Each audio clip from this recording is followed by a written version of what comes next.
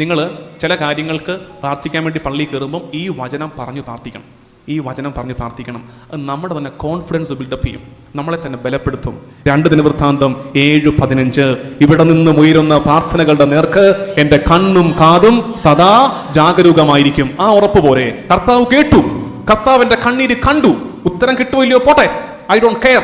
എൻ്റെ കർത്താവ് എന്നെ കണ്ടു, എൻ്റെ കർത്താവ് എന്നെ കേട്ടു. അതാണ് എൻ്റെ ഉറപ്പ്. അത് മതി എനിക്ക്. എൻ്റെ കർത്താവ് എന്നെ കണ്ടിട്ടുണ്ടെങ്കിൽ എനിക്ക് മോശകരമായത് എൻ്റെ കർത്താവ് എൻ്റെ ജീവിതത്തിൽ നടക്കാൻ അനുവദിക്കില്ല. എൻ്റെ കണ്ണീര് എൻ്റെ കർത്താവ് കണ്ടിട്ടുണ്ടെങ്കിൽ എനിക്ക് മോശകരമായത് എൻ്റെ ജീവിതത്തിൽ നടക്കാൻ എൻ്റെ കർത്താവ് അനുവദിക്കില്ല. മതി. അപ്പോൾ പള്ളി കയറുമ്പോഴെല്ലാം നിങ്ങൾ ഇനിയാണെങ്കിലും ഡെയിലി ശീലിച്ചോ, ഈ വാക്യം കാണാപ്പാടം പഠിച്ചോ.